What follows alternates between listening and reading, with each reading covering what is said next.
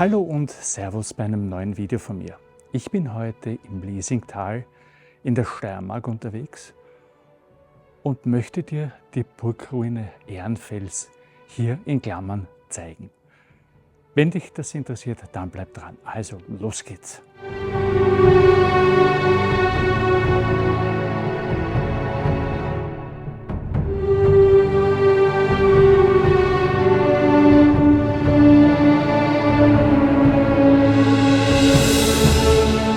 Es gibt Orte in der Steiermark, an denen die Vergangenheit nicht nur spürbar, sondern beinahe greifbar ist. Orte, an denen der Wind in den alten Mauern die Geschichten von Stolz, Verrat und verfluchten Schätzen flüstert. Einer dieser Orte ist die Ruine Ehrenfels.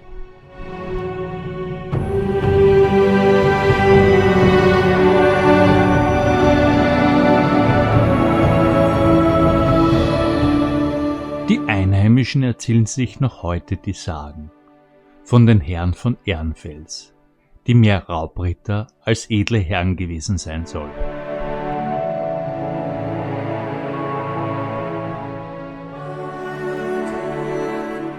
Man sagt, sie hätten von ihrer uneinnehmbaren Festung aus die Salz- und Pilgerwege im Tal überfallen.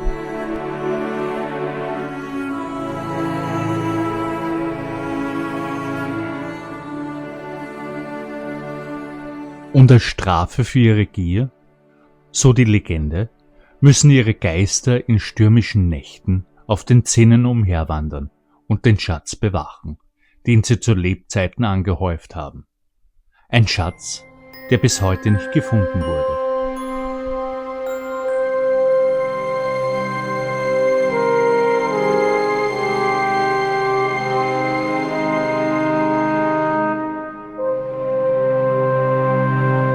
Doch hinter diesen schaurigen Legenden verbirgt sich eine wahre Geschichte, die nicht weniger dramatisch ist.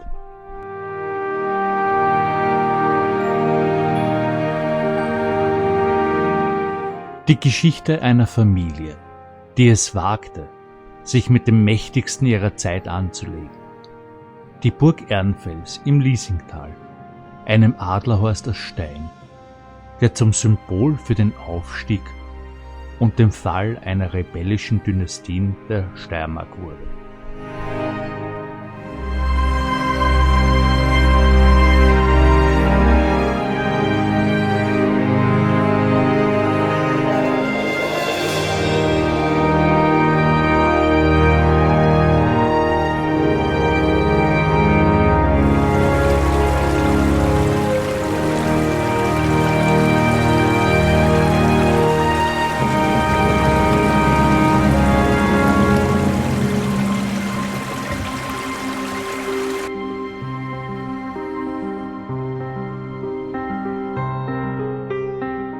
Um die Geschichte von Ehrenfels zu verstehen, muss man ihre Lage verstehen.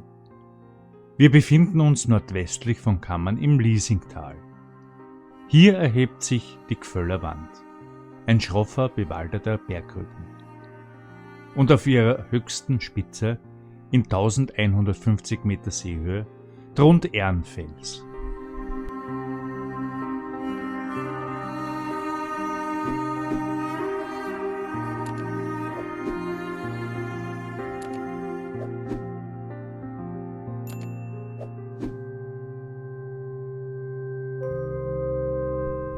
Die Wahl dieses Ortes war kein Zufall. Sie war ein klares Statement.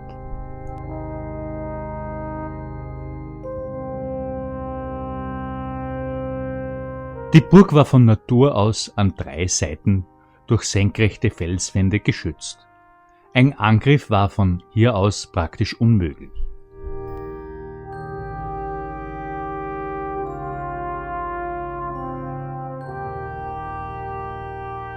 Der einzige Zugang erfolgte über einen schmalen, in den Fels gehauenen Pfad von der tiefer gelegenen, benachbarten Burg Kammerstein.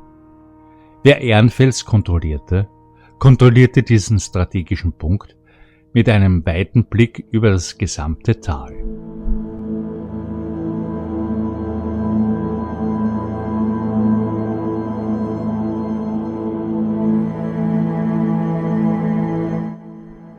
Die Burganlage selbst war klein, aber effektiv. Sie bestand aus einer Vorburg und der höher gelegenen Hauptburg.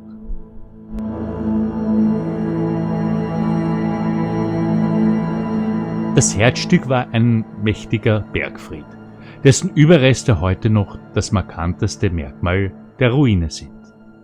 Daneben gab es einen kleinen Palas, also das Wohngebäude, und Wirtschaftsgebäude, die sich alle eng an den Fels schmiegten. Ehrenfels war keine prunkvolle Residenz. Sie war eine pure Funktionsarchitektur, gebaut um zu trotzen und zu verteidigen.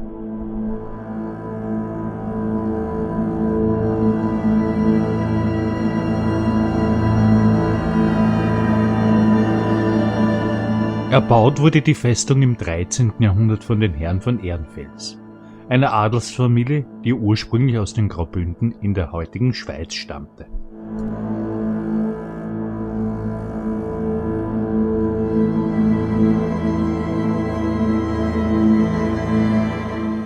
Als Landsleute des fernen Hochstifts Bamberg hatten sie hier eine neue Heimat gefunden und schnell an Macht und Einfluss gewonnen.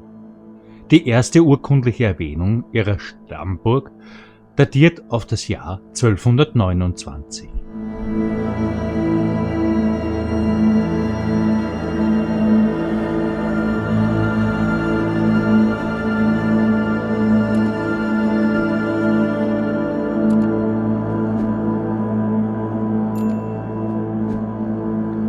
Doch die Ehrenfelser waren keine stillen Verwalter.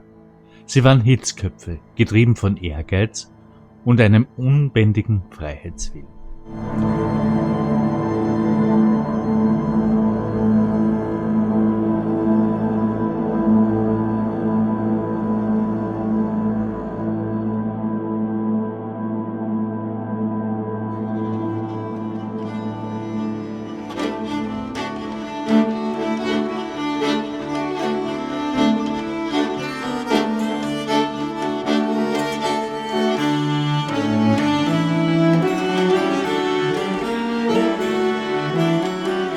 Dies zeigte sich im Jahr 1292 auf dramatische Weise. In diesem Jahr schlossen sie sich den großen Adelsaufstand gegen ihren Landesherrn Herzog Albrecht I. von Habsburg an. Es war ein Kampf der alten Adelsrechte gegen die aufstrebende landesfürstliche Macht. Die Ehrenfelser standen an vorderster Front der Rebellen.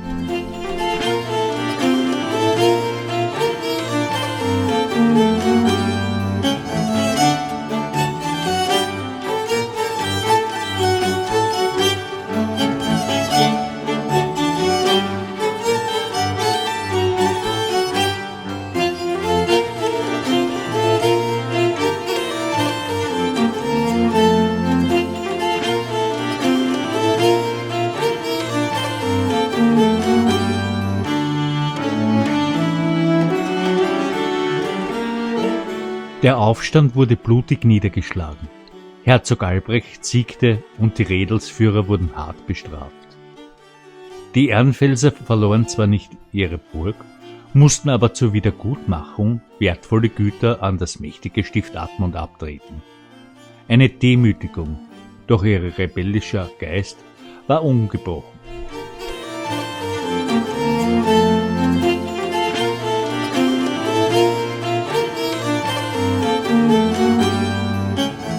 Ihr wohl unverfrorenes und berühmtestes Kapitel schrieben sie im Jahr 1375.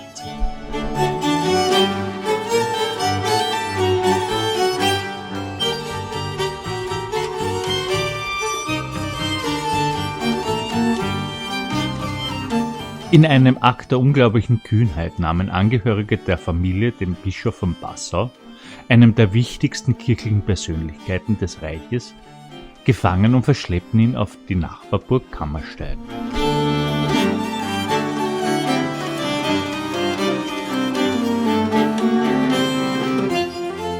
Man kann sich den Aufruhr vorstellen, den diese Tat auslöste. Sie zeigte, wie unangreifbar und mächtig sich die Ehrenfelser auf ihren Felsen fühlten. Sie waren die unbestrittenen Herrscher dieses Tals, die sich nicht scheuten, selbst höchste Autoritäten herauszufordern.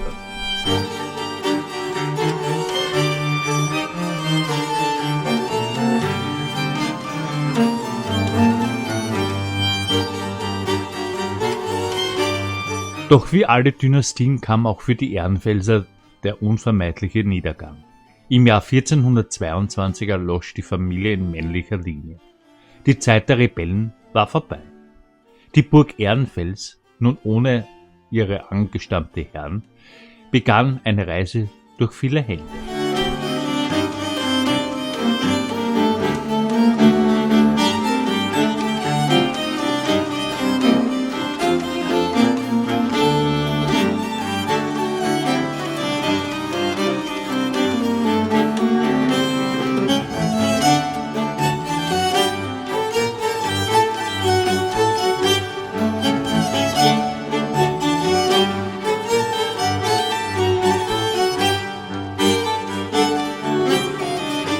Zuerst fiel sie an die einflussreiche Familie Greig, dann kurz an Hans Süßenheimer, bevor sie 1464 in den Besitz von Kaiser Friedrich III. Überging und damit zur landesfürstlichen Burg wurde.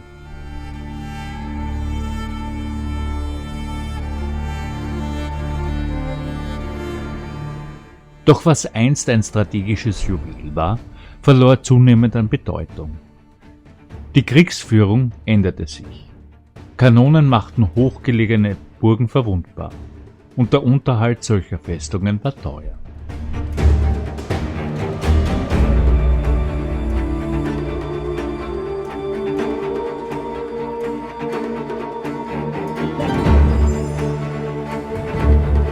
Bereits um 1500 wird sie nur noch als oberes Schloss bezeichnet. Ein Hinweis darauf, dass das Leben sich bereits in bequemere Lagen verlagert hatte. Kurz darauf wurde Ehrenfels endgültig aufgegeben. Verlassen, vergessen. Die Natur begann ihr langsames Werk der Rückeroberung. Dächer stürzten ein, Mauern zerfielen und die einst stolze Festung wurde zum Steinbruch für die Bauern der Umgebung. Ein trauriges, aber typisches Schicksal für viele Burgen dieser Zeit.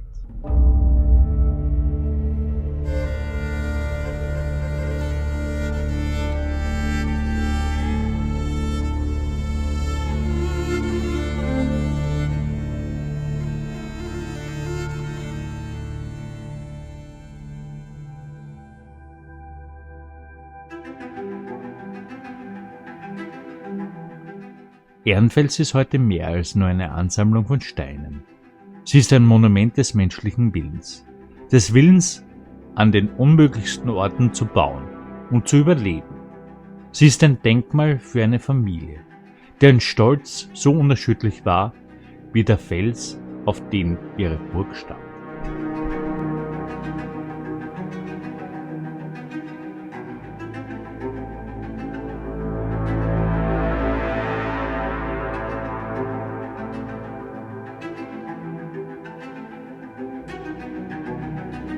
Ja, das war das Video über die Burg Ehrenfels hier im Lesingtal. Ich hoffe, das Video hat dir gefallen und du lässt mir einen Daumen hoch da und abonnierst meinen Kanal. Somit verpasst du keine weiteren geschichtlichen Videos mehr von mir. Freue mich bis zum nächsten Mal. Ciao, ciao, dein GoTraveler. Und hier wäre noch ein Video, das dir auch gefallen könnte. Also, ciao.